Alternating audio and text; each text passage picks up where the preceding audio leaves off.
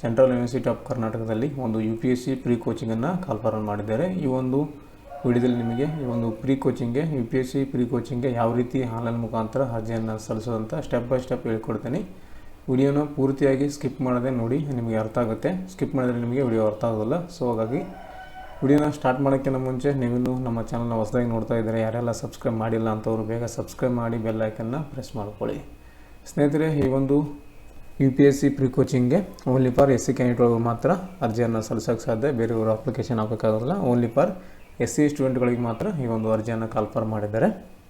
ಬನ್ನಿ ವಿಡಿಯೋನ ಸ್ಟಾರ್ಟ್ ಮಾಡೋಣ. ಮೊದಲು ನೀವು ಗೂಗಲ್ ಸರ್ಚಲ್ಲಿ ಹೋಗಿ CUK.ac.in ಅಂತ ಸರ್ಚ್ ಮಾಡಿ. ಈ ರೀತಿಯಾಗಿ ಬರುತ್ತೆ. ಈ ಒಂದು ಅಧಿಕೃತ ಅಂತ ವೆಬ್ಸೈಟ್ ಇದು. ಈ ಒಂದು ಸೆಂಟ್ರಲ್ ಯೂನಿವರ್ಸಿಟಿ ಆಫ್ ಕರ್ನಾಟಕ ಈ ರೀತಿಯಾಗಿ ಬರುತ್ತೆ ಹೋಮ್ ಪೇಜು. ಇದರಲ್ಲಿ ಕೆಳಗಡೆ ಸ್ಕ್ರಾಲ್ ಮಾಡ್ಕೊಳ್ಳಿ. ಕೆಳಗಡೆ ಸ್ಕ್ರಾಲ್ ಮಾಡಿದರೆ ಈ ರೀತಿಯಾಗಿ ಬರುತ್ತೆ. ಇಲ್ಲಿ DACE ಅಂತಿದೆ ನೋಡಿ, ಇದರ ಮೇಲೆ ಕ್ಲಿಕ್ ಮಾಡಿ. ಕ್ಲಿಕ್ ಮಾಡಿದ ನಂತರ ಈ ರೀತಿಯಾಗಿ ಬರುತ್ತೆ ನೋಡಿ. ಇಲ್ಲಿ online application for admission to pre UPSC coaching ಅಂತ ಬಂದಿದೆ ನೋಡಿ. ಇದ್ರ ಮೇಲೆ ಕ್ಲಿಕ್ ಮಾಡಿ. ಕ್ಲಿಕ್ ಮಾಡಿದ ನಂತರ ಸ್ವಲ್ಪ ಲೋಡಿಂಗ್ ತೊಗೊಂತೆ ಓಪನ್ ಆಗೋಕ್ಕೆ.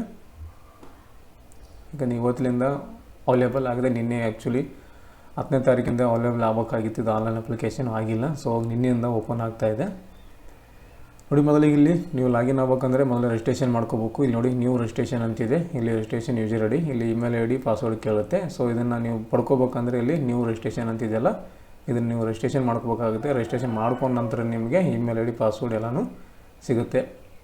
ಮೊದಲಿಲ್ಲಿ ರಿಜಿಸ್ಟ್ರೇಷನ್ ಮಾಡ್ಕೊಳ್ಳಿ. ರಿಜಿಸ್ಟ್ರೇಷನ್ ಮೇಲೆ ಕ್ಲಿಕ್ ಮಾಡಿ. ಕ್ಲಿಕ್ ಮಾಡಿದ ನಂತರ ರಿಜಿಸ್ಟ್ರೇಷನ್ ಫಾರ್ ಅಡ್ಮಿಷನ್ ಅಂತ ಬರುತ್ತೆ. ಇಲ್ಲಿ ನೋಡಿ ಫ್ರೆಂಡ್ಸ್, ಅಪ್ಲಿಕೇಶನ್ ಫುಲ್ ನೇಮ್ ಅಂತಿದೆ. ಅಪ್ಲಿಕ್ಯಾಂಟ್ ಫುಲ್ ನೇಮು, ನಿಮ್ಮದು ಹೆಸರು ಯಾವ ರೀತಿ ಇದೆಯೋ ಒಂದು SLC ಮಾರ್ಕ್ಸ್ ಕಾರ್ಡ್ನಲ್ಲಿ ಇಲ್ಲಿ ಕೊಟ್ಟಿದ್ದಾರೆ ನೋಡಿ. As per class 10th 12th ಅಂತ ಕೊಟ್ಟಿದ್ದಾರೆ. 10ನೇ ತರಗತಿ ಮತ್ತು 12ನೇ ತರಗತಿಯಲ್ಲಿ ಯಾವ ರೀತಿ ನಿಮ್ಮ ಹೆಸರಿದೆ ಅದೇ ರೀತಿ ಒಂದು ಹೆಸರನ್ನು ಇಲ್ಲಿ ಎಂಟ್ರ್ ಮಾಡಬೇಕು. ಅಪ್ಲಿಕ್ಯಾಂಟ್ಸ್ ನೇಮು, ಅದೇ ರೀತಿಯಾಗಿ ಅಪ್ಲಿಕ್ಯಾಂಟ್ ಇಮೇಲ್ ಅಡ್ರೆಸ್, ನಿಮ್ಮದು ಚಾಲ್ತಿ ಇರುವಂಥ ಇಮೇಲ್ ಅಡ್ರೆಸ್ಸನ್ನು ಇಲ್ಲಿ ಹಾಕಬೇಕಾಗುತ್ತೆ. ಇದು ಕಂಪಲ್ಸರಿ, ಇವೆಲ್ಲನೂ ಕಂಪಲ್ಸರಿ ನೋಡಿ. ಇಮೇಲ್ ಅಡ್ರೆಸ್ ಹಾಕಬೇಕಾಗುತ್ತೆ. ನಾನಿಲ್ಲಿ ಫಿಲ್ ಮಾಡಿ ತೋರಿಸ್ತಾ ಇಲ್ಲ ಮಾಹಿತಿಯನ್ನು, ಅದನ್ನು ಮತ್ತೆ ಫಿಲ್ ಮಾಡಬೇಕು ಮತ್ತು ಅದನ್ನು ಬ್ಲರ್ ಮಾಡಬೇಕು. ಸೊ ಹಾಗಾಗಿ ಫಿಲ್ ಮಾಡೋದು ಯಾಕೆ ಅಂತ ನಿಮಗೆ ಜಸ್ಟ್ ಹೇಳಿಕೊಡ್ತಾ ಇದ್ದೀನಿ ಮಾಹಿತಿ ಯಾವ ರೀತಿ ಏನೆಲ್ಲ ಹಾಕ್ಬೇಕಂತ ನೋಡಿ. ಇಲ್ಲಿ ಮೊದಲು ಅಪ್ಲಿಕೆಂಟ್ ನೇಮು, ಇಲ್ಲಿ ಇಮೇಲ್ ಅಡ್ರೆಸ್ಸು, ಆಮೇಲೆ ಕನ್ಫರ್ಮ್ ಇಮೇಲ್ ಅಡ್ರೆಸ್ಸು, ಇಲ್ಲಿ ಏನು ಹಾಕಿರ್ತೀರಲ್ಲ ಇಮೇಲ್ ಅಡ್ರೆಸ್ಸು ಅದೇ ಒಂದು ಇಮೇಲ್ ಅಡ್ರೆಸ್ ಇಲ್ಲಿ ಹಾಕಿ. ನೆಕ್ಸ್ಟ್ ಇಲ್ಲಿ ಪಾಸ್ವರ್ಡ್ ಹಾಕಿ. ಪಾಸ್ವರ್ಡ್ ಅಂದರೆ ಒಂದು ಇಮೇಲ್ ಅಡ್ರೆಸ್ದು ಪಾಸ್ವರ್ಡ್ ಅಲ್ಲ. ಸೊ ನೀವು ಹೊಸದಾಗಿ ಇಲ್ಲಿ ಕ್ರಿಯೇಟ್ ಮಾಡ್ಕೋಬೋದು. ಈ ಇಮೇಲ್ ಅಡ್ರೆಸ್ ಇಟ್ಟಿರುವಂಥ ಪಾಸ್ವರ್ಡೇ ನೀವು ಕೊಡ್ಬೇಕಂತೇನಿಲ್ಲ. ನೀವು ಓನಾಗಿ ಮತ್ತು ಇನ್ನೊಂದು ಪಾಸ್ವರ್ಡ್ ನೀವು ನಿಮಗೆ ಈಜಿ ಇರುವಂಥದ್ದೇ ಕ್ಲಿಕ್ ಮಾಡಿ. ಪಾಸ್ವರ್ಡ್ ಯಾವ ರೀತಿ ಇರಬೇಕಂದ್ರೆ ಮೊದಲಿಗೆ ಒಂದು ನಂಬರ್ ಹಾಕ್ಕೊಳ್ಳಿ. ಎಕ್ಸಾಂಪಲ್ ಹೇಳ್ತಾ ಇದ್ದೀನಿ, 1 2 3 8 ಸ್ಮಾಲ್ ABC ಕ್ಯಾಪಿಟಲ್ D ಈ ರೀತಿಯಾಗಿ ಎಲ್ಲನೂ ಒಳಗೊಂಡಿರಬೇಕು. ಸ್ಮಾಲ್ ಲೆಟ್ರು, ಕ್ಯಾಪಿಟಲ್ ಲೆಟ್ರು ಮತ್ತು ನಂಬರು, ಒಂದು ಸ್ಪೆಷಲ್ ಕ್ಯಾರೆಕ್ಟರ್, ಈ ರೀತಿಯಾಗಿ ಪಾಸ್ವರ್ಡನ್ನು ಕ್ರಿಯೇಟ್ ಮಾಡ್ಕೊಳ್ಳಿ. ಇಲ್ಲಿ ಪಾಸ್ವರ್ಡ್ ಹಾಕಿರೋದಂತ ಇಲ್ಲಿ ಕನ್ಫರ್ಮ್ ಪಾಸ್ವರ್ಡು, ಇಲ್ಲಿ ಮೇಲೆ ಏನು ಹಾಕಿರ್ತಾರಲ್ಲ ಅದೇ ಒಂದು ಪಾಸ್ವರ್ಡು ಇಲ್ಲಿ ಎಂಟ್ರ್ ಮಾಡಿ. ಅದಾದ ನಂತರ ಇಲ್ಲಿ ಮೊಬೈಲ್ ನಂಬರು, ಒಂದು ಚಾಲ್ತಿ ಇರೋ ಮೊಬೈಲ್ ನಂಬರೇ ನಿಮ್ಮ ನಂಬರನ್ನೇ ಎಂಟ್ರ್ ಮಾಡಿ. ನೆಕ್ಸ್ಟ್ ಕನ್ಫರ್ಮ್ ಮೊಬೈಲ್ ನಂಬರ್, ಇಲ್ಲಿ ಮೇಲೆ ಹಾಕಿರುವಂಥ ನಂಬರೇ ಇನ್ನೊಂದು ಸಲ ಇಲ್ಲಿ ನಂಬರನ್ನ ಎಂಟ್ರ್ ಮಾಡಬೇಕು. ಅದಾದ ನಂತರ ಇಲ್ಲಿ ಕ್ಯಾಪ್ಚರ್ ಕೋಡ್ ಕೇಳುತ್ತೆ. ಈ ಒಂದು ಕ್ಯಾಪ್ಚರ್ ಕೋಡನ್ನು ಎಂಟ್ರ್ ಮಾಡಿ. ಎಂಟ್ರ್ ಮಾಡಿದ ನಂತರ ಇಲ್ಲಿ ರಿಜಿಸ್ಟರ್ ಅಂತಿದೆ ನೋಡಿ ಕೆಳಗಡೆ, ಈ ಒಂದು ರಿಜಿಸ್ಟರ್ ಮೇಲೆ ಕ್ಲಿಕ್ ಮಾಡಿ. ರಿಜಿಸ್ಟರ್ ಅಂತ ಕೊಟ್ಟ ನಂತರ ಈ ರೀತಿಯಾಗಿ ಬರುತ್ತೆ ನೋಡಿ. ಇಲ್ಲಿ your account is created successfully, please enter the verification code send to your registered details ಅಂತ ಕೊಟ್ಟಿದೆ ನೋಡಿ. ಇಲ್ಲಿ verify account, please do not refresh this page. Time ಓಡ್ತಾ ಇದೆ. ಇಲ್ಲಿ 15 ನಿಮಿಷ ಟೈಮ್ ಇರುತ್ತೆ ನಿಮ್ಮ OTP ಎಂಟರ್ ಮಾಡೋದಕ್ಕೆ. ಟೈಮ್ ಎಲ್ಲ ರನ್ನಿಂಗ್ ಆಗ್ತಾ ಇದೆ. ಅದರೊಳಗೆ 15 ನಿಮಿಷ ಒಳಗಡೆ ನೀವು ಇಲ್ಲಿ OTP ಹಾಕಬೇಕಾಗುತ್ತೆ. OTP ರಿಸೀವ್ ಆನ್ ಮೇಲ್ ಅಂತ ಬಂದಿದೆ. ಇಲ್ಲಿ ಮೇಲ್ಗೆ ನೀವೇನು ಮೇಲ್ ID ಹಾಕಿರ್ತೀರಲ್ಲ ಅಲ್ಲಿ ಫಸ್ಟಲ್ಲಿ ಆ ಒಂದು ಮೇಲ್ IDಗೆ ಒಂದು OTP ಬಂದಿರುತ್ತೆ. ಆ ಒಂದು OTP ಇಲ್ಲಿ ಎಂಟರ್ ಮಾಡಬೇಕಾಗುತ್ತೆ.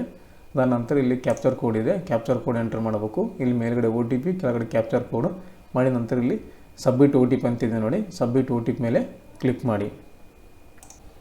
ಸ್ನೇಹಿತರೆ ನೋಡಿ, ಸಬ್ಮಿಟ್ ಕೊಟ್ಟ ನಂತರ account verified successfully, please login to start your application process ಅಂತ ಬಂದಿದೆ. ಈ ರೀತಿಯಾಗಿ ನೀವು ರಿಜಿಸ್ಟ್ರೇಷನ್ ಆದಮೇಲೆ ಈ ರೀತಿಯಾಗಿ ಬರಬೇಕು. ಇಲ್ಲಿ ನೋಡಿ ಅಲ್ಲಿ ಇಮೇಲ್ ID ಏನು ಕೊಟ್ಟಿರ್ತಾರಲ್ಲ ಅವಾಗಲೇ ಆ ಒಂದು ಇಮೇಲ್ IDನ ಇಲ್ಲಿ ಎಂಟ್ರ್ ಮಾಡಿ. ಪಾಸ್ವರ್ಡ್ ಏನು ಇಟ್ಕೊಂಡಿರ್ತಾರಲ್ಲ ರಿಜಿಸ್ಟ್ರೇಷನ್ ಮಾಡ್ಕೋವಾಗ ಅದೇ ಒಂದು ಪಾಸ್ವರ್ಡು, ಇಮೇಲ್ ID ಪಾಸ್ವರ್ಡ್ ಎರಡನ್ನು ಎಂಟ್ರ್ ಮಾಡಿ. ಇಲ್ಲಿ ಕ್ಯಾಪ್ಚರ್ ಕೋಡ್ ಇದೆ, ಆ ಒಂದು ಕ್ಯಾಪ್ಚರ್ ಕೋಡನ್ನು ಎಂಟ್ರ್ ಮಾಡಿ ಲಾಗಿನ್ ಆಗಬೇಕಾಗುತ್ತೆ.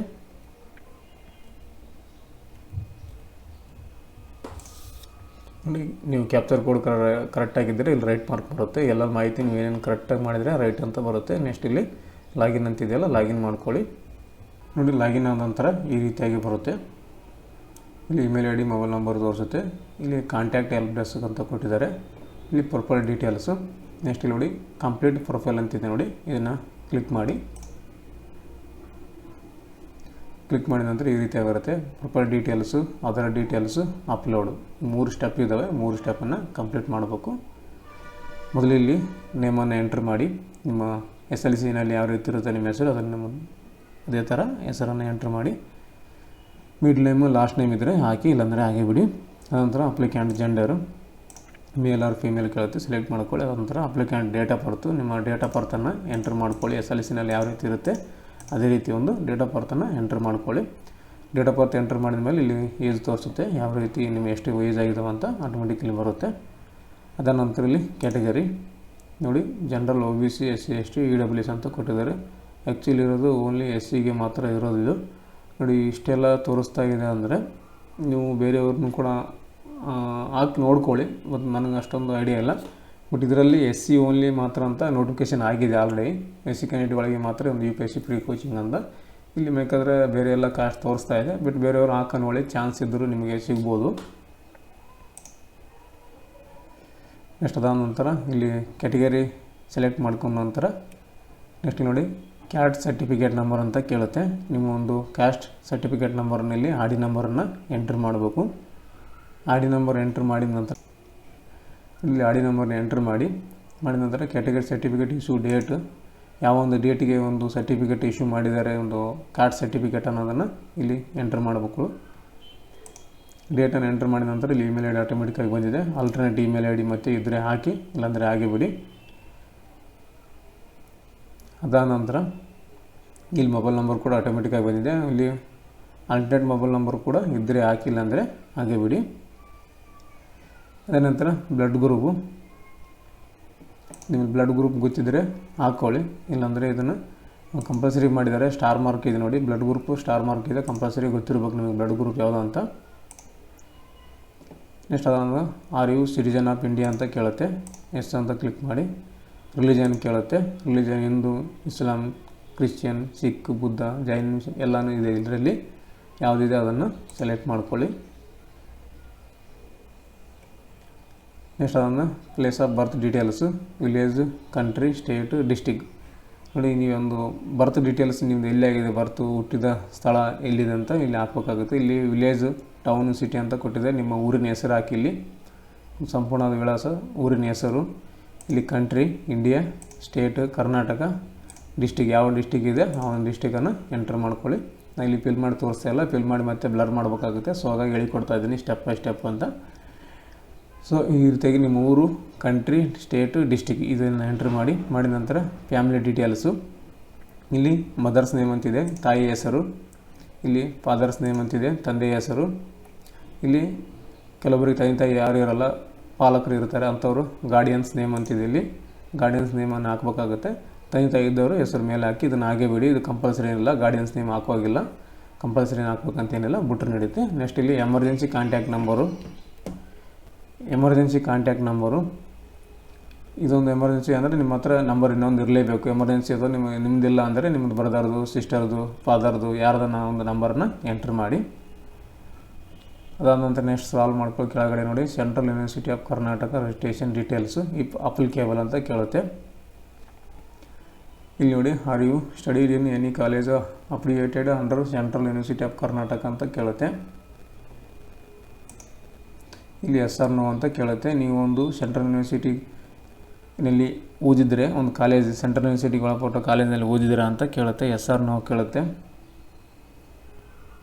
ಇಲ್ಲಿ ನೋ ಅಂತ ಕೊಡಿ. ನೀವು ಸೆಂಟ್ರಲ್ ಯೂನಿವರ್ಸಿಟಿಗೆ ಒಳಪಡುವಂಥ ಕಾಲೇಜಿನಲ್ಲಿ ಓದಿದರೆ ಎಸ್ ಅಂತ ಕೊಡಬೇಕಾಗುತ್ತೆ. ಅದು ಒಂದು ಸೆಂಟ್ರಲ್ ಯೂನಿವರ್ಸಿಟಿ ಒಳಪಡದೇ ಇರುವಂಥ ಕಾಲೇಜಿನಲ್ಲಿ ಓದಿಲ್ಲ ಅಂದರೆ ನೋ ಅಂತ ಕೊಡಬೇಕಾಗುತ್ತೆ. ನಾರ್ಮಲ್ ಕಾಲೇಜಿನಲ್ಲಿ ಓದಿದರೆ ನೀವು ನೋ ಅಂತ ಕೊಡಿ. ಈ ಒಂದು ಸೆಂಟ್ರಲ್ ಯೂನಿವರ್ಸಿಟಿ ಒಳಪಡುವಂಥ ಕಾಲೇಜ್ ಇದ್ದರೆ ಅದನ್ನು ಎಸ್ ಅಂತ ಹಾಕೋಬೇಕಾಗುತ್ತೆ. ನೆಕ್ಸ್ಟ್ ಸ್ಟೆಪ್ ನೋಡಿ ಅದರ್ ಕ್ಯಾಟಗರಿ ಆರ್ ಕೋಟಾ ಅಂತ ಕೇಳುತ್ತೆ. ಪರ್ಸನ್ಸ್ ವಿತ್ ಡಿಸೆಬಿಲಿಟಿ ಅಂತ ಕೇಳುತ್ತೆ. PW handicapped. ಇಲ್ಲಿ ಹ್ಯಾಂಡಿಕ್ಯಾಪ್ಟ್ ಆಗಿದ್ದರೆ ತೋರಿಸ್ಬೇಕಾಗುತ್ತೆ ಯಾವ ಒಂದು ಹ್ಯಾಂಡಿಕ್ಯಾಪ್ಟ್ ಇದ್ದೀರಾ ಅಂತ. Not applicable, physical, visual, hearing ಈ ರೀತಿಯಾಗಿ ಬರುತ್ತೆ. ಅಪ್ಲಿಕೇಬಲ್ ಇದ್ದರೆ ಯಾವುದು ನಿಮ್ಮ ಅಪ್ಲಿಕೇಬಲ್ ಆಗುತ್ತೋ ಅದನ್ನು ಹಾಕ್ಕೊಳ್ಳಿ. ಅಪ್ಲಿಕೇಬಲ್ ಇಲ್ಲ, ಹ್ಯಾಂಡಿಕ್ಯಾಪ್ಟ್ ಇಲ್ಲ ಅಂದರೆ ನಾಟ್ ಅಪ್ಲಿಕೇಬಲ್ ಅಂತ ಹಾಕ್ಕೊಳ್ಳಿ. ಯಾಕಂದರೆ ಸ್ಟಾರ್ ಮಾರ್ಕ್ ಇದೆ, ಕಂಪಲ್ಸರಿ ಹಾಕಲೇಬೇಕಾಗುತ್ತೆ. ನೆಕ್ಸ್ಟ್ ನೋಡಿ, ಕಾಶ್ಮೀರಿ ಮಿಗ್ರೆಂಟು, ಕಾಶ್ಮೀರಿ ಹಿಂದೂ ಫ್ಯಾಮಿಲಿ ಅಂತ ಕೇಳುತ್ತೆ, ಕಾಶ್ಮೀರಿ ವಲಸಿಗರು ಅಂತ ಕೇಳುತ್ತೆ. ಇಲ್ಲಿ ನಾಟ್ ಅಪ್ಲಿಕೇಬಲ್, ಎಸ್ ಆದರೆ ಎಸ್ ಅಂತ ಹಾಕಿ, ನೋ ಅಂದರೆ ನೋ ಅಂತ, ನಾಟ್ ಅಪ್ಲಿಕೇಬಲ್ ಅಂತ ಹಾಕ್ಕೊಳ್ಳಿ. Children are widow's of armed forces personal ಅಂತ ಕೊಟ್ಟರೆ, ಇಲ್ಲಿ ನೋಡಿ ನಿಮಗೆ ಇಲ್ಲಿ ಆರ್ಮಡ್ ಫೋರ್ಸಸ್ ಪ್ರಿಯಾರಿಟಿ 1, ಪ್ರಿಯಾರಿಟಿ 2, 3, 4 ಅಂತ 10 ಕೊಟ್ಟಿದ್ದಾರೆ. ಈ ಒಂದು ಕಾಶ್ಮೀರ ಇದಕ್ಕೆ ಸಂಬಂಧಪಡುತ್ತೆ. ಇದನ್ನು ಕೂಡ ವಿಧವಾ ಆಫ್ ಆರ್ಮಡ್ ಅಂದರೆ ಮಾಜಿ ಸೈನಿಕನ ಪತ್ನಿ ಅಂತ ಆಗುತ್ತೆ. ವಿಧವಾ ಆಫ್ ಆರ್ಮಡ್ ಫೋರ್ಸಸ್ ಅಂತ ಕೇಳುತ್ತೆ. ಇಲ್ಲಿ ಅಪ್ಲಿಕೇಬಲ್ ಆದರೆ ನೀವು ಯಾವುದು ಅಪ್ಲಿಕೇಬಲ್ ಆಗುತ್ತೆ ಇಷ್ಟರಲ್ಲಿ ಯಾವುದನ್ನು ಸೆಲೆಕ್ಟ್ ಮಾಡ್ಕೋಬೇಕಾಗುತ್ತೆ. ನೀವು ಅಪ್ಲಿಕೇಬಲ್ ಆಗಲ್ಲ ಅಂದರೆ ನಾಟ್ ಅಪ್ಲಿಕೇಬಲ್ ಅಂತ ಕೊಡಿ. ನೆಕ್ಸ್ಟ್ ಅದಾದ ನಂತರ ಕೆಳಗಡೆ ಅಡ್ರೆಸ್ ಅಂತಿದೆ, ಅಡ್ರೆಸ್ನ ಮಾಡಬೇಕಾಗುತ್ತೆ. ಇಲ್ಲಿ ಕರೆಸ್ಪಾಂಡ್ ಅಡ್ರೆಸ್ಸು, ಪರ್ಮನೆಂಟ್ ಅಡ್ರೆಸ್ಸು, ಇಲ್ಲಿ ನಿಮ್ಮ ಆಧಾರ್ ಕಾರ್ಡ್ನಲ್ಲಿ ಯಾವ ರೀತಿ ಇರುತ್ತೋ ಪೂರ್ಣ ವಿಳಾಸ, ಆ ಒಂದು ಪೂರ್ಣ ವಿಳಾಸವನ್ನು ಇಲ್ಲಿ ಎಂಟ್ರ್ ಮಾಡಿ. ಅಡ್ರೆಸ್ ಇದರಲ್ಲಿ ಫುಲ್ ಅಡ್ರೆಸ್ಸನ್ನು ಹಾಕಬೇಕಾಗುತ್ತೆ. ಫುಲ್ ಅಡ್ರೆಸ್ ಹಾಕಿದ ನಂತರ ಇಲ್ಲಿ ಡಿಸ್ಟಿಕ್ನ ಸೆಲೆಕ್ಟ್ ಮಾಡಿ. ಡಿಸ್ಟಿಕ್ ಆದ ನಂತರ ಇಲ್ಲಿ ಕಂಟ್ರಿನ ಸೆಲೆಕ್ಟ್ ಮಾಡ್ಕೊಳ್ಳಿ. ಆದ ನಂತರ ಸ್ಟೇಟ್ ಸೆಲೆಕ್ಟ್ ಮಾಡ್ಕೊಳ್ಳಿ. ಸ್ಟೇಟ್ ಆಗೋಣ ಸಿಟಿ ಆಗೋಣ ಪಿನ್ ಕೋಡ್ ಹಾಕಿ. ನಿಮ್ಮ ಆಧಾರ್ ಕಾರ್ಡ್ನಲ್ಲಿ ಪಿನ್ ಕೋಡ್ ಇರುತ್ತೆ, ಒಂದು ಪಿನ್ ಕೋಡನ್ನು ಎಂಟ್ರ್ ಮಾಡ್ಕೊಳ್ಳಿ. ಇದೆಲ್ಲನೂ ಎಂಟ್ರ್ ಮಾಡಿದ ನಂತರ ಇಲ್ಲಿ ಪರ್ಮನೆಂಟ್ ಅಡ್ರೆಸ್ ಅಂತ ಇದೆಯಲ್ಲ, click if same as correspondence ಅಂತ ಇದೆಯಲ್ಲ, ಪರ್ಮನೆಂಟ್ ಅಡ್ರೆಸ್ಸು ಮತ್ತು ಕರೆಸ್ಪಾಂಡೆನ್ಸ್ ಅಡ್ರೆಸ್ ಎರಡೂ ಒಂದೇ ಆಗಿದ್ದರೆ, ಎರಡು ಸೇಮ್ ಒಂದೇ, ನೀವು ಒಂದೇ ಊರಲ್ಲಿದ್ದರೆ ಇಲ್ಲಿ ಇದನ್ನು ಟಿಕ್ ಮಾಡ್ಕೊಳ್ಳಿ. ಟಿಕ್ ಮಾಡ್ಕೊಂಡ ನಂತರ ಇಲ್ಲಿರುವಂಥ ಅಡ್ರೆಸ್ ಎಲ್ಲ ಮತ್ತು ಈ ಕಡೆ ಬಂದು ಆಟೋಮೆಟಿಕ್ಕಾಗಿ ಈ ಕಡೆ ಬರುತ್ತೆ. ಫ್ರೆಂಡ್ಸ್ ಅರ್ಥ ಆಗಿದೆಯಲ್ಲ, ಇಲ್ಲಿದ್ರೆ ನೀವು ಎರಡು ಒಂದೇ ಅಡ್ರೆಸ್ ಆಗಿದ್ದರೆ ಇಲ್ಲಿ ಎಂಟ್ರ್ ಮಾಡಿದ ನಂತರ ಇಲ್ಲೇನು ಫಿಲ್ ಮಾಡಬೇಕಾಗಿಲ್ಲ. ಜಸ್ಟ್ ಇದೊಂದು ಟಿಕ್ ಬಾಕ್ಸ್ ಇದೆಯಲ್ಲ, ಟಿಕ್ ಬಾಕ್ಸ್ ಕ್ಲಿಕ್ ಮಾಡಿದ್ರೆ ಆಟೋಮೆಟಿಕ್ಕಾಗಿ ಅಡ್ರೆಸ್ ಈ ಕಡೆ ಬರುತ್ತೆ. ನೆಕ್ಸ್ಟ್ ನೋಡಿ, bank details for financial assistant and refund if applicable ಅಂತ ಬಂದಿದೆ. ಇಲ್ಲಿ ಬ್ಯಾಂಕ್ ಡೀಟೇಲ್ಸನ್ನು ಹಾಕಬೇಕಾಗತ್ತೆ. ಇಲ್ಲಿ name of the account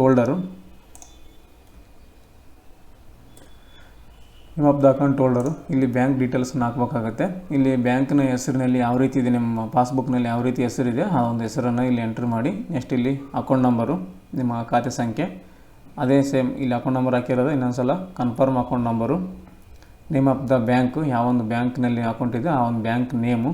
next IFSC code enter ಮಾಡಿ. ನಿಮ್ಮ ಬ್ಯಾಂಕ್ ಪಾಸ್ಬುಕ್ನಲ್ಲಿ ಇರುತ್ತೆ IFSC ಕೋಡು, ಅದು ನೋಡ್ಕೊಂಡು ಸರಿಯಾಗಿ ಎಂಟ್ರ್ ಮಾಡಿ. ನೆಕ್ಸ್ಟ್ ಮಾಡಿದ ನಂತರ ಸೇವ್ ಆ್ಯಂಡ್ ನೆಕ್ಸ್ಟ್ ಅಂತಿದೆ ನೋಡಿ, ಸೇವ್ ಆ್ಯಂಡ್ ನೆಕ್ಸ್ಟ್ ಮೇಲೆ ಕ್ಲಿಕ್ ಮಾಡಿ.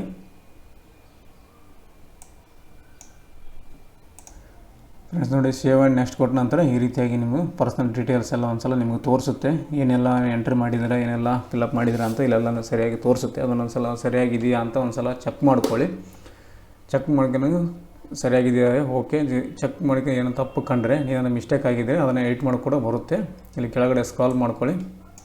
ನೋಡಿ, ಕೆಳಗಡೆ ಸ್ಕ್ರಾಲ್ ಮಾಡ್ಕೊಂಡ ನಂತರ ಇಲ್ಲಿ ಅಪ್ಡೇಟ್ ಅಂತಿದೆಯಲ್ಲ, ಅಪ್ಡೇಟ್ನಲ್ಲಿ ಕ್ಲಿಕ್ ಮಾಡಿದರೆ ಮತ್ತೆ ನೀವು ಎಡಿಟ್ ಮಾಡ್ಕೋಬೋದು. ಇವಾಗ ಏನು ಮಾಡಿದ್ರಲ್ಲ ಫಿಲಪ್ಪು ಅದನ್ನು ಮತ್ತೆ ಎಡಿಟ್ ಮಾಡ್ಕೋಬೋದು. ಎಲ್ಲನೂ ಸರಿಯಾಗಿದ್ದರೆ ಇಲ್ಲಿ ನೆಕ್ಸ್ಟ್ ಅಂತಿದೆ ನೋಡಿ, ಈ ಒಂದು ನೆಕ್ಸ್ಟ್ ಮೇಲೆ ಕ್ಲಿಕ್ ಮಾಡಬೇಕಾಗತ್ತೆ. ನೆಕ್ಸ್ಟ್ ಮೇಲೆ ಕ್ಲಿಕ್ ಅಂತ ಮಾಡಿ. ಕ್ಲಿಕ್ ಮಾಡಿದರೆ ನೆಕ್ಸ್ಟು ಅದರ್ ಡೀಟೇಲ್ಸ್ ಬರುತ್ತೆ. ಈಗ ಪ್ರೊಫೈಲ್ ಡೀಟೇಲ್ಸ್ ಎಲ್ಲ ಓಕೆ ಆಗಿದೆ. ಸೆಕೆಂಡ್ ಸ್ಟೆಪ್ಪು ಅದರ್ ಡೀಟೇಲ್ಸ್ಗೆ ಬಂದಿದೆ. ಇವಾಗ ನೋಡಿ, do you have NCC certificate ಅಂತ ಕೇಳುತ್ತೆ. ನಿಮ್ಮ ಹತ್ರ NCC ಸರ್ಟಿಫಿಕೇಟ್ ಇದೆಯಾ ಅಂತ ಕೇಳುತ್ತೆ. ಇದ್ದರೆ ಎಸ್ ಅಂತ ಕೊಡಿ, ಇಲ್ಲಾಂದರೆ ನೋ ಅಂತ ಕೊಡಿ. ನೋಡಿ, have you participated in sports or extra curricular activities ಅಂತ ಕೇಳುತ್ತೆ. ಯಾವುದಾದ್ರೂ ಸ್ಪೋರ್ಟ್ಸಲ್ಲಿ ಭಾಗವಹಿಸಿದ್ದೀರಾ ಅಂತ ಕೇಳುತ್ತೆ. ಅವರು ಇನ್ನಿತರ ಯಾವುದೊಂದು ಕರಿಕ್ಯುಲರ್ ಆ್ಯಕ್ಟಿವಿಟೀಸ್ನಲ್ಲಿ ಭಾಗವಹಿಸಿದ್ದೀರಾ ಅಂತ ಕೊಟ್ಟಿದ್ದಾರೆ. ಇಲ್ಲಿ ನೀವು ಅಪ್ಲಿಕೇಬಲ್ ಇದ್ದರೆ, ಸ್ಪೋರ್ಟ್ಸಲ್ಲಿ ನೀವು ಮಿಂಗಲ್ ಆಗಿದ್ದರೆ, ಅದನ್ನು ನೀವು ಸ್ಪೋರ್ಟ್ಸ್ ಮ್ಯಾನ್ ಆಗಿದ್ದರೆ ಎಸ್ ಅಂತ ಕೊಡಿಲ್ಲ ಅಂದರೆ ನೋ ಅಂತ ಕೊಡಿ. ನೆಕ್ಸ್ಟ್ ನೋಡಿ, ಲ್ಯಾಂಗ್ವೇಜ್ ಕೇಳುತ್ತೆ. ಇಲ್ಲಿ ಲ್ಯಾಂಗ್ವೇಜು ಇಂಗ್ಲೀಷ್, ಹಿಂದಿ ಎರಡು ಲ್ಯಾಂಗ್ವೇಜ್ ಇದ್ದಾವೆ. ಈ ಎರಡು ಲ್ಯಾಂಗ್ವೇಜ್ ನಿಮಗೆ ಓದಲು, ಬರೆಯಲು, ಮಾತನಾಡಲು ಬರುತ್ತೆ ಅಂತ ಕೇಳುತ್ತೆ. ಇಲ್ಲಿ ರೀಡಿಂಗು, ರೈಟಿಂಗು, ಸ್ಪೀಕಿಂಗ್ ಅಂತ ಕೇಳುತ್ತೆ. ಇಲ್ಲಿ ನಿಮಗೆ ಇಂಗ್ಲೀಷು ಓದೋಕ್ಕೆ ಬರುತ್ತೆ ಅಂದರೆ ಓದೋಕ್ಕೆ ಬರುತ್ತೆ ಅಂತ ಹಾಕ್ಕೊಳ್ಳಿ. ಬರೆಯೋಕ್ಕೆ ಬಂದರೆ ಬರೆಯೋಕ್ಕೆ ಬರುತ್ತೆ ಅಂತ, ಸ್ಪೀಕಿಂಗ್ ಮಾತನಾಡೋಕ್ಕೆ ಬರುತ್ತೆ ಅಂದರೆ ಮಾತನಾಡೋಕ್ಕೆ ಬರುತ್ತೆ ಅಂತ ಟಿಕ್ ಮಾಡ್ಕೊಳ್ಳಿ. ಹಿಂದಿ ಕೂಡ ಅಷ್ಟೇ, ಇಲ್ಲಿ ನಿಮಗೆ ಓದಲು, ಬರೆಯಲು ಬರುತ್ತೆ ಅಂತ ನಿಮ್ದು ಯಾವುದಿದೆಯೋ ಅದನ್ನು ಅಪ್ಲಿಕೇಬಲ್ ಮಾಡ್ಕೊಳ್ಳಿ.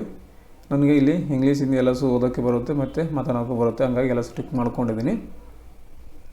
ನೆಕ್ಸ್ಟ್ ಅದಾದ ನಂತರ ಅದರ್ ಲ್ಯಾಂಗ್ವೇಜ್ 1 or 2 ಅಂತ ಕೊಟ್ಟಿದ್ದಾರೆ. ಅದರ್ ಲ್ಯಾಂಗ್ವೇಜ್ ಇಲ್ಲಿ ಕನ್ನಡ ಅಂತ ಹಾಕ್ಕೊಳ್ಳಿ.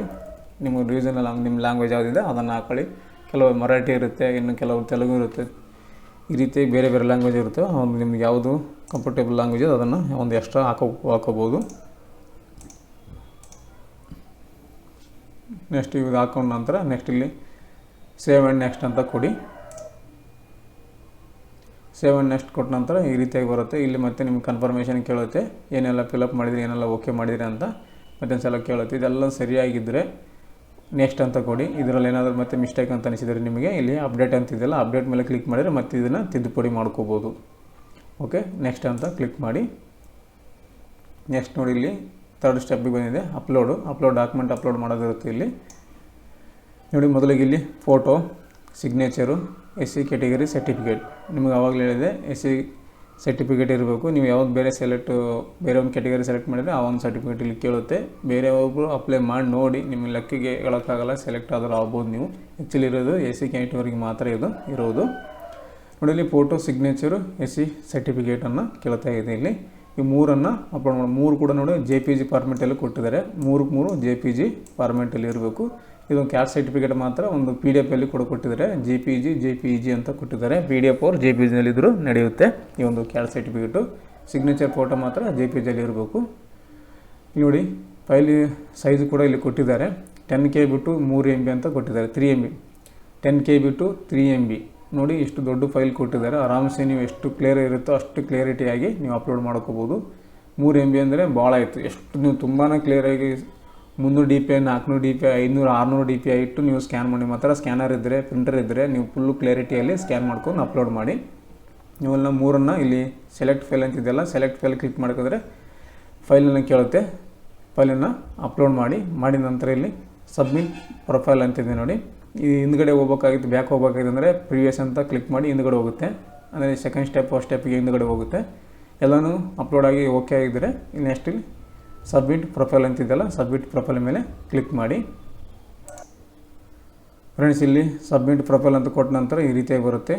Submit the profile, important, no modification is allowed once profile is submitted ಅಂತ ಕೊಟ್ಟಿದ್ದಾರೆ. ಒಂದು ಸಲ ನೀವು ಈ ಒಂದು ಅಪ್ಲಿಕೇಶನ್ ಸಬ್ಮಿಟ್ ಆದರೆ ಮತ್ತು ಯಾವುದೇ ರೀತಿ ನಿಮಗೆ ತಿದ್ದುಪಡಿ ಮಾಡೋದಕ್ಕೆ, ಕರೆಕ್ಷನ್ ಮಾಡೋದಕ್ಕೆ ಅವಕಾಶ ಇಲ್ಲ ಅಂತ ಇಲ್ಲಿ ಕೇಳ್ತಾ ಇದೆ ನೋಡಿ. ಅದಕ್ಕೆ ಒಂದು ಸಲ ಕೇರ್ಫುಲ್ಲಾಗಿ ಎಲ್ಲನೂ ಸರಿಯಾಗಿ ಮಾಡಿದ್ದೀವಿ ಅಂತ ನೋಡ್ಕೊಳ್ಳಿ. ನೋಡ್ಕೊಂಡ ನಂತರ ನೀವು ಸಬ್ಮಿಟ್ ಕೊಡಬೇಕಾಗುತ್ತೆ. ನಾನು ಎಲ್ಲನೂ ಸರಿಯಾಗಿ ನೋಡಿಕೊಂಡೆ ಇಲ್ಲಿ ಸಬ್ಮಿಟ್ ಕೊಡ್ತಾ ಇದ್ದೀನಿ ನೋಡಿ. ಸಬ್ಮಿಟ್ ಕೊಟ್ಟ ನಂತರ ಈ ರೀತಿಯಾಗಿ ಬರುತ್ತೆ. ಇಲ್ಲಿ ನೋಡಿ profile submitted successfully, you can now apply for programmes ಅಂತ ಬಂದಿದೆ. ಇವಾಗಿದು ಪ್ರೊಫೈಲ್ ಸಕ್ಸಸ್ಫುಲ್ಲಾಗಿ ಸಬ್ಮಿಟ್ ಆಗಿದೆ ಅಂತ ಬಂದಿದೆ. ಇಲ್ಲಿ ನೋಡಿ ನೆಕ್ಸ್ಟ್ ಸ್ಟೆಪ್, ಇಲ್ಲಿ ಮೇಲ್ಗಡೆ ಫೋಟೋ ಬಂದಿದೆ. ಪ್ರೋಗ್ರಾಮ್ ಸೆಲೆಕ್ಷನ್ನು, ನೀವು ಪ್ರೊಫೈಲ್ ಇಲ್ಲಿ ಏನಿತ್ತಲ್ಲ ಮೊದಲೇ ಅಪ್ಲೈ ಅಂತಿತ್ತು, ಇಲ್ಲೆಲ್ಲ ಅಪ್ಲೈ ಮಾಡಿದ್ವಿ. ಇಲ್ಲಿ ವ್ಯೂ ಅಂತ ಬಂದಿದೆ. ನೆಕ್ಸ್ಟ್ ಸ್ಟೆಪ್ ನೋಡಿ program selection, choose the program you want to apply ಅಂತ ಬಂದಿದೆ. ಇಲ್ಲಿ ಅಪ್ಲೈ ಅಂತಿದೆಯಲ್ಲ, ಅಪ್ಲೈ ಮೇಲೆ ಕ್ಲಿಕ್ ಮಾಡಿ. ಕ್ಲಿಕ್ ಮಾಡಿದ ನಂತರ ನೋಡಿ ಇಲ್ಲಿನೂ ಕೂಡ 8 ಸ್ಟೆಪ್ ಇದ್ದಾವೆ. Program selection, personal details, academic details, ನೋಡಿ NET, equivalent details, other details, upload, preview, payments. ನೋಡಿ ಲಾಸ್ಟಲ್ಲಿ ಪೇಮೆಂಟ್ ಮಾಡೋದಿರುತ್ತೆ. ಇಲ್ಲಿ ಸ್ಟೆಪ್ ಬೈ ಸ್ಟೆಪ್ ಮತ್ತೆ ಹೇಳ್ತಾ ಹೋಗ್ತೀನಿ ನಿಮಗೆ.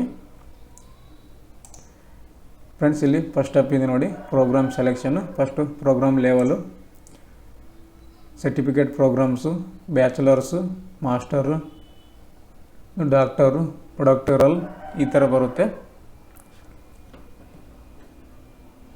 ನೋಡಿ. ಇಲ್ಲಿ ಸರ್ಟಿಫಿಕೇಟ್ ಅಂದ್ರೆ ಪ್ರೋಗ್ರಾಮರು, ಬ್ಯಾಚುಲರ್ ಅಂದರೆ ಅಂಡರ್ ಗ್ರಾಜ್ಯುಯೇಟ್ ಪ್ರೋಗ್ರಾಮ್ ಅಂತ ಕೇಳುತ್ತೆ. Post graduation program, MPhil, PhD ಈ ರೀತಿಯಾಗಿ ಕೊಟ್ಟಿದ್ದಾರೆ. ಇಲ್ಲಿ ನೀವು ಡಿಗ್ರಿ ಮುಗಿದವರಾದರೆ ಇದು ಮಾಸ್ಟರ್ ಡಿಗ್ರಿ ಹೋದರೆ ಇದು ತೊಗೋಬೇಕು. ಬ್ಯಾಚುಲರ್ ಅಂದರೆ ಡಿಗ್ರಿ ನೋಡಿ, ಅಂಡರ್ ಗ್ರಾಜ್ಯುಯೇಟ್ ಪ್ರೋಗ್ರಾಮ್ ಅಂತ ಬಂದಿದೆ, ಇದು ಹಾಕ್ಕೊಳ್ಳಿ. ಅಥವಾ ಫಸ್ಟ್ ಒನ್ ಇದೆಲ್ಲ ಸರ್ಟಿಫಿಕೇಟ್ ಪ್ರೋಗ್ರಾಮ್ ಅಂತ ಇದನ್ನು ಹಾಕ್ಕೊಳ್ಳಿ. ಅಲ್ಲಿ ಬ್ಯಾಚುಲರ್ ಅಂತ ತೊಗೊತಾ ಇದ್ದೀನಿ, ಅಂದರೆ ಡಿಗ್ರಿ ಮೇಲೆ ಇದು ಹಾಕ್ತಾಯಿದ್ವಿ. ನೆಕ್ಸ್ಟ್ ಪ್ರೋಗ್ರಾಮು ನೋಡಿ ಇಲ್ಲಿ ಬಂದಿದೆ, pre coaching of UPSC civil service examination offered by the doctor Ambedkar central excellence ಅಂತ ಬಂದಿದೆ. ಇದನ್ನು ಸೆಲೆಕ್ಟ್ ಮಾಡ್ಕೊಳ್ಳಿ. ಸೆಲೆಕ್ಟ್ ಮಾಡ್ಕೊಂಡ ನಂತರ ಇಲ್ಲಿ ನೆಕ್ಸ್ಟ್ ಅಂತಿದೆಯಲ್ಲ, ನೆಕ್ಸ್ಟ್ ಮೇಲೆ ಕ್ಲಿಕ್ ಮಾಡಿ. ನೆಕ್ಸ್ಟ್ ಸ್ಟೆಪ್ಪಿಗೆ ಹೋಗುತ್ತೆ. ಇಲ್ಲಿ ಮತ್ತೆ ನಿಮ್ಮ ಪ್ರಿವ್ಯೂ ಆಗುತ್ತೆ, ಎಲ್ಲನೂ ಕರೆಕ್ಟಾಗಿದೆ ನೋಡಿ. ಇಲ್ಲಿ ಬರುತ್ತೆ, ಇಲ್ಲಿ ಅನ್ಪೇಡ್ ಅಂತ ಬಂದಿದೆ, ಸ್ಟೇಟಸ್ಸು. ಇಲ್ಲಿ ನೆಕ್ಸ್ಟ್ ಅಂತ ಕೊಡಿ. ನೆಕ್ಸ್ಟ್ ಅಂತ ಕೊಟ್ಟ ನಂತರ ಎಲ್ಲ ಡೀಟೇಲ್ಸ್ ಬರುತ್ತೆ. ಮುಂಚೆ ಎಲ್ಲ ಬಂದಿತ್ತಲ್ಲ ಆ ರೀತಿಯಾಗಿ ಮತ್ತೆ ಡೀಟೇಲ್ಸ್ ಬರುತ್ತೆ. ಇಲ್ಲಿ ಎಲ್ಲ ನಿಮ್ಮ ಹೆಸರು ಎಲ್ಲ ಏನು ಫಿಲಪ್ ಮಾಡಿರ್ತಾರಲ್ಲ, ನಿಮ್ಮ ಪರ್ಸನಲ್ ಡೀಟೇಲ್ಸ್ ಮೊದಲಿಗೆ ಪ್ರೊಫೈಲಲ್ಲಿ ಏನು ಫಿಲ್ ಮಾಡ್ತೀರಿ ಎಲ್ಲನೂ ಬಂದಿರುತ್ತೆ, ಅದನ್ನು ನೋಡ್ಕೊಳ್ಳಿ. ನೋಡ್ಕೊಂಡು ಇಲ್ಲಿ ಕೆಳಗಡೆ ಸ್ಕ್ರಾಲ್ ಮಾಡಿ ನೆಕ್ಸ್ಟ್ ಅಂತಿದೆ ನೋಡಿ, ನೆಕ್ಸ್ಟ್ ಮೇಲೆ ಕ್ಲಿಕ್ ಮಾಡಿ ನೆಕ್ಸ್ಟ್ ಸ್ಟೆಪ್ಪಿಗೆ ಹೋಗುತ್ತೆ. Third step academic details, qualification details X or equivalent ಅಂತ ಕೇಳುತ್ತೆ. ಇಲ್ಲಿ ಒಂದು SLC ಮಾಹಿತಿಯನ್ನು ಫಿಲಪ್ ಮಾಡೋದಿರುತ್ತೆ.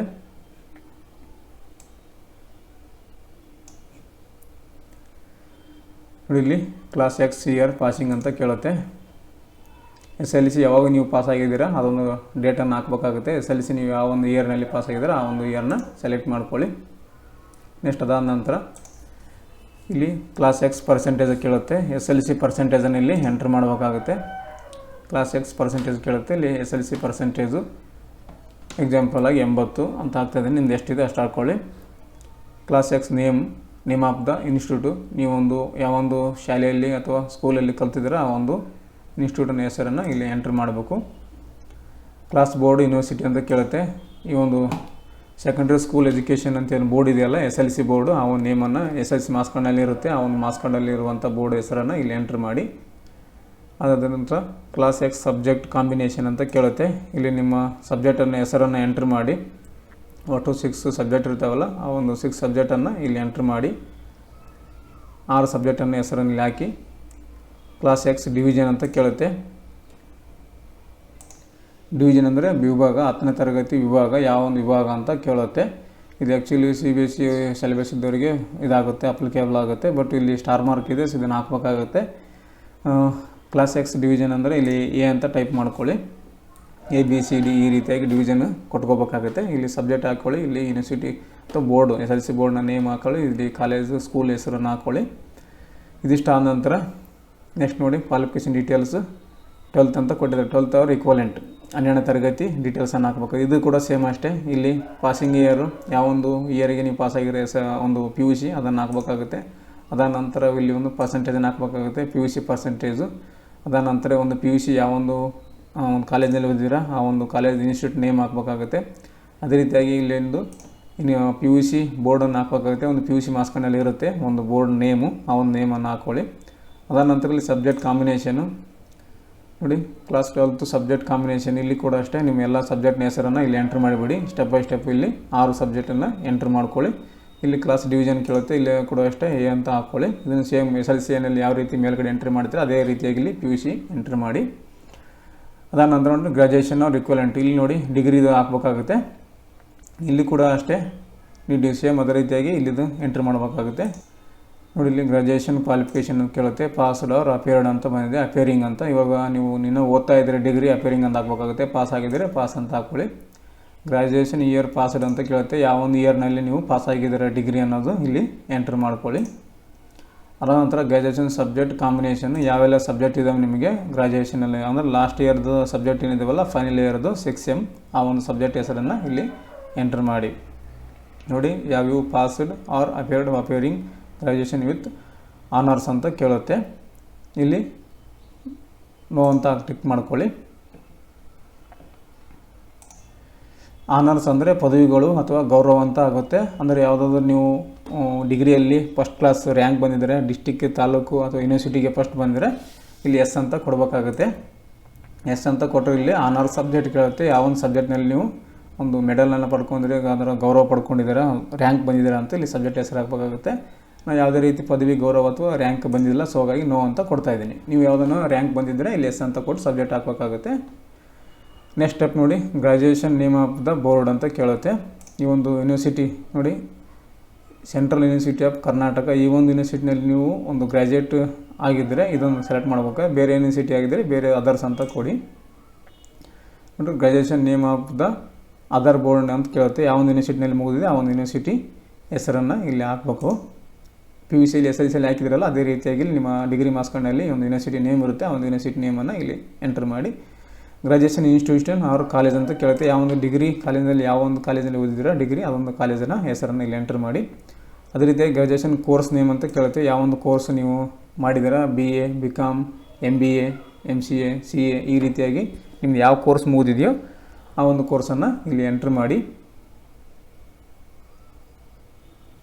ಅದೇ ರೀತಿ ಗ್ರ್ಯಾಜುಯೇಷನ್ ಡಿವಿಷನ್ನು ಯಾವ ಒಂದು ಡಿವಿಷನ್ ಇದೆಯೋ ಡಿಗ್ರಿದು ಆ ಒಂದು ಡಿವಿಷನ್ನ ಸೆಲೆಕ್ಟ್ ಮಾಡ್ಕೊಳ್ಳಿ. ನೆಕ್ಸ್ಟ್ ಅದಾದ ನಂತರ ಇಲ್ಲಿ ಗ್ರ್ಯಾಜುಯೇಷನ್ ಪರ್ಸೆಂಟೇಜ್ ಕೇಳುತ್ತೆ. ನಿಮಗೆ ಡಿಗ್ರಿ ಪರ್ಸೆಂಟೇಜ್ ಎಷ್ಟಾಗಿದೆಯೋ ಅದನ್ನು ಇಲ್ಲಿ ಎಂಟ್ರ್ ಮಾಡ್ಕೊಳ್ಳಿ. ಎಂಟ್ರ್ ಮಾಡ್ಕೊಂಡ ನಂತರ ಇಲ್ಲಿ ಸೇವ್ ಆ್ಯಂಡ್ ನೆಕ್ಸ್ಟ್ ಅಂತಿದೆಯಲ್ಲ, ಸೇವ್ ಆ್ಯಂಡ್ ನೆಕ್ಸ್ಟ್ ಮೇಲೆ ಕ್ಲಿಕ್ ಮಾಡಿ. ಫ್ರೆಂಡ್ಸ್ ಇಲ್ಲಿ ಸೇವ್ ಆ್ಯಂಡ್ ನೆಕ್ಸ್ಟ್ ಅಂತ ಹೋದರೆ ನೆಕ್ಸ್ಟ್ ಸ್ಟೆಪ್ಗೆ ಬರುತ್ತೆ. ಸ್ಟೆಪ್ 3 ಅಕಾಡೆಮಿಕ್ ಡೀಟೇಲ್ಸು ಎಲ್ಲನೂ ಇಲ್ಲಿ ತೋರಿಸುತ್ತೆ. ಏನೆಲ್ಲ ಎಂಟ್ರಿ ಮಾಡಿದರೆ ನೀವು PUC SLC ಡಿಗ್ರಿ ಎಲ್ಲ ಏನು ಎಂಟ್ರಿ ಮಾಡಿ ಅಂತ ತೋರಿಸುತ್ತೆ. ಕೆಳಗಡೆ ಮತ್ತು ಏನೇನು ಎಡಿಟ್ ಮಾಡಿದ್ರೆ ಅಪ್ಡೇಟ್ ಅಂತ ಕೊಡಿ. ಏನಿಲ್ಲ ಅಂದರೆ ಇಲ್ಲಿ ನೆಕ್ಸ್ಟ್ ಅಂತಿದೆಯಲ್ಲ, ನೆಕ್ಸ್ಟ್ ಮೇಲೆ ಕ್ಲಿಕ್ ಮಾಡಿ. ನೆಕ್ಸ್ಟ್ ಸ್ಟೆಪ್ಗೆ ಹೋಗುತ್ತೆ. 4ನೇ ಸ್ಟೆಪ್ಪು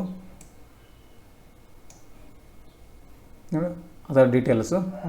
ಇಲ್ಲಿ ನೋಡಿ, do you have NC certificate ಅವುಗಳು ಏನು ಮಾಡಿದ್ವಲ್ಲ ಅದೆಲ್ಲ ಕೇಳುತ್ತೆ. ಇಲ್ಲಿ ಅದೇ ಫಿಲ್ ಮಾಡಿದ್ದು ಇಲ್ಲಿ ಬಂದಿರುತ್ತೆ. ನೆಕ್ಸ್ಟ್ ನೋಡಿ, do you need hostel accommodation ಅಂತ ಕೇಳುತ್ತೆ. ನಿಮಗೆ ಹಾಸ್ಟೆಲ್ ವ್ಯವಸ್ಥೆ ಬೇಕಾ ಅಂತ ಕೇಳುತ್ತೆ. ಇಲ್ಲಿ ಎಸ್ ಅಂತ ಟಿಕ್ ಮಾಡ್ಕೊಳ್ಳಿ. ಹಾಸ್ಟೆಲ್ ವ್ಯವಸ್ಥೆ ನಿಮಗೆ ಬೇಕಾಗಿದ್ದರೆ ಈ ಒಂದು ಸೆಂಟ್ರಲ್ ಯೂನಿವರ್ಸಿಟಿನಲ್ಲೇ ನಿಮಗೆ ಹಾಸ್ಟೆಲ್ ವ್ಯವಸ್ಥೆ ಮಾಡಿಕೊಡ್ತಾರೆ.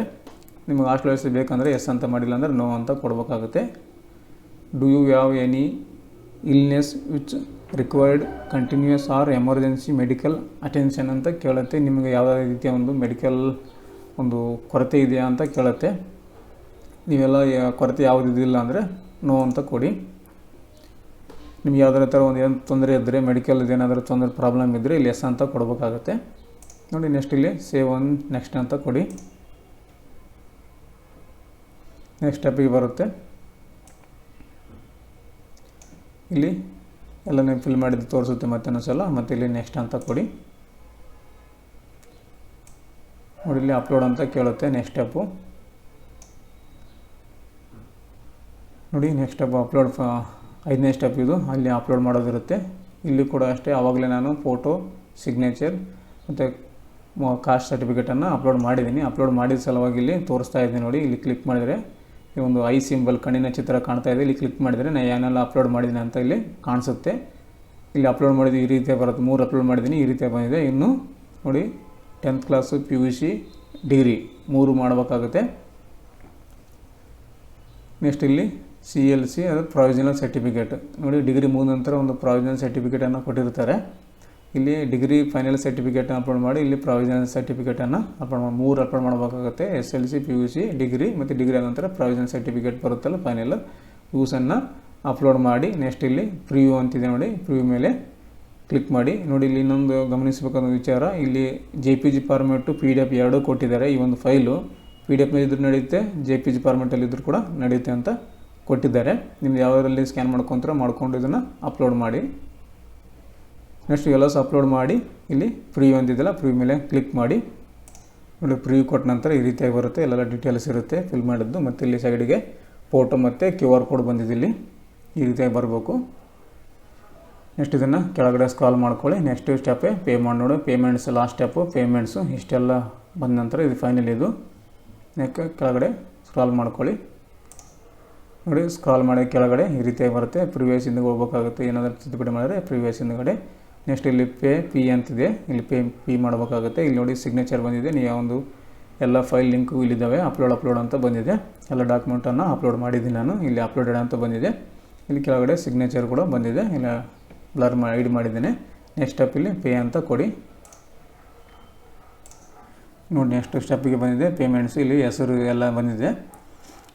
ಇಲ್ಲಿ verify the details by clicking on the check box ಅಂತ ಬಂದಿದೆ. ಇಲ್ಲಿ ಚೆಕ್ ಬಾಕ್ಸನ್ನು ಕೊಟ್ಟಿದ್ದಾರೆ. ಹೆಸರು ಇದೆಲ್ಲ ಸರಿಯಾಗಿದೆಯಾ ಅಂತ ಇಲ್ಲಿ ಟಿಕ್ ಮಾಡಬೇಕಾಗುತ್ತೆ. ಎಲ್ಲನೂ ಇಲ್ಲಿ ಟಿಕ್ ಮಾಡ್ಕೊಳ್ಳಿ. ಸರಿಯಾಗಿದ್ದರೆ ಎಲ್ಲನೂ ಟಿಕ್ ಮಾಡ್ಕೊಳ್ಳಿ.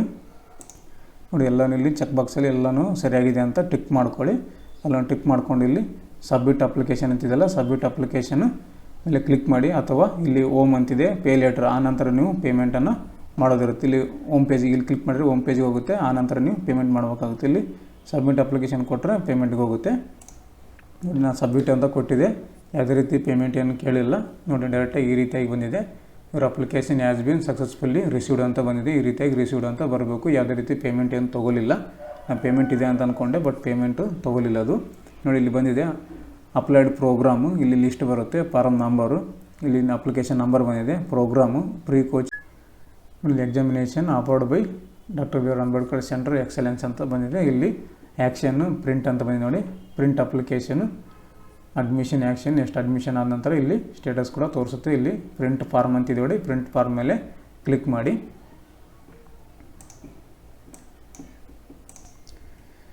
ನೋಡಿ ಸ್ನೇಹಿತರೆ, ಈ ರೀತಿಯಾಗಿ ಅಪ್ಲಿಕೇಶನ್ ಬಂದಿದೆ. ಈ ರೀತಿಯಾಗಿ ಬರಬೇಕು. ಅಪ್ಲಿಕೇಶನ್ ಫಾರ್ಮ್ ಮೇಲ್ಗಡೆ ಫೋಟೋ, QR ಕೋಡು ಮತ್ತು ಎಲ್ಲ ಡೀಟೇಲ್ಸ್ ಏನೆಲ್ಲ ಫಿಲ್ ಮಾಡಿದ್ದೀರಾ ಇದೆಲ್ಲ ಬಂದಿದೆ. ಮತ್ತು ಇಲ್ಲಿ ಈ ಒಂದು PDF ನಲ್ಲಿ ರೌಂಡ್ ಶೇಪಲ್ಲಿ ಇಲ್ಲಿ ಯೂನಿವರ್ಸಿಟಿ ಲೋಗೋನು ಕೂಡ ಮಾಡಿದ್ದಾರೆ. ಈ ರೀತಿಯಾಗಿ ಫೈನಲ್ ಸರ್ಟಿಫಿಕೇಟ್ ಅಲ್ಲ, ಫೈನಲ್ ಫಾರ್ಮ್ ಇದು. ಈ ರೀತಿಯಾಗಿ PDF ಕೊನೆಯಲ್ಲಿ ಈ ರೀತಿಯಾಗಿ ಬರಬೇಕು. ಈ ರೀತಿಯಾಗಿ ಬಂದಾಗ ಮಾತ್ರ ನೀವು ಸಕ್ಸಸ್ಫುಲ್ಲಿಯಾಗಿ ನಿಮ್ಮ ಅಪ್ಲಿಕೇಶನ್ ಸಬ್ಮಿಟ್ ಆಗಿದೆ ಅಂತ ಅರ್ಥ. ಈ ರೀತಿಯಾಗಿ PDF ಬಂದರೆ ಮಾತ್ರ.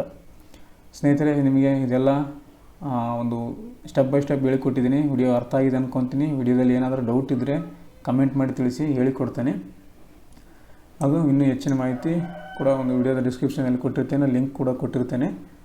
ಹಾಗೆ ನಮ್ಮ ಒಂದು ಇನ್ಸ್ಟಾಗ್ರಾಮ್ ಅಕೌಂಟ್ ಕೂಡ ಇದೆ. ಏನಾದರೂ ಡೌಟ್ ಇದ್ದರೆ ನೀವು ಡೈರೆಕ್ಟಾಗಿ ಇನ್ಸ್ಟಾಗ್ರಾಮಲ್ಲಿ ಕಾಲ್ ಕೂಡ ಮಾಡ್ಬೋದು, ಮೆಸೇಜ್ ಕೂಡ ಮಾಡ್ಬೋದು. ಇದೇ ಒಂದು ಹೆಸರಿನಲ್ಲಿ ಮಣಿಕಂಠ CS ಸೆಂಟರ್ ಸುರಪುರ ಅಂತ ಒಂದು ಇನ್ಸ್ಟಾಗ್ರಾಮ್ ID ಇದೆ. ಅದರಲ್ಲಿ ಹೋಗಿ ನೀವು ಒಂದು ಇನ್ಸ್ಟಾಗ್ರಾಮ್ ID ಲಿಂಕ್ ಕೂಡ ಒಂದು ವಿಡಿಯೋದ ಡಿಸ್ಕ್ರಿಪ್ಷನಲ್ಲಿ ಕೊಟ್ಟಿರ್ತೇನೆ. ಸ್ನೇಹಿತರೆ, ಇದೊಂದು ವಿಡಿಯೋ ನಿಮಗೆ ಅರ್ಥ ಆಗಿದೆ ಅಂದ್ಕೊಳ್ತೀನಿ. ಫ್ರೀ ಕೋಚಿಂಗ್ ಯಾವ ರೀತಿ ಆನ್ಲೈನ್ ಅಪ್ಲಿಕೇಶನ್ ಹಾಕಬೇಕಂತ ಡೌಟ್ ಇದ್ದರೆ ಕಮೆಂಟ್ ಮಾಡಿ ತಿಳಿಸಿ. ನೆಕ್ಸ್ಟ್ ಇದೇ ಥರ ಇನ್ನೊಂದು ಮಾಹಿತಿಯೊಂದಿಗೆ ನಿಮಗೆ ಇನ್ನೊಂದು ವಿಡಿಯೋದಲ್ಲಿ ಭೇಟಿ ಆಗ್ತೀನಿ. ಹಾಗೆ ಯಾರೆಲ್ಲ ಇನ್ನೂ ನಮ್ಮ ಚಾನಲನ್ನು ನೀವು ಸಬ್ಸ್ಕ್ರೈಬ್ ಮಾಡಿಲ್ಲ ಅಂಥವ್ರು ಬೇಗ ಸಬ್ಸ್ಕ್ರೈಬ್ ಮಾಡಿ, ಬೆಲ್ ಐಕನ್ನ ಪ್ರೆಸ್ ಮಾಡಿ ಸಪೋರ್ಟ್ ಮಾಡಿ. ನೆಕ್ಸ್ಟ್ ವಿಡಿಯೋದಲ್ಲಿ ಸಿಗ್ತೀನಿ. Thank you. Thanks for the watching.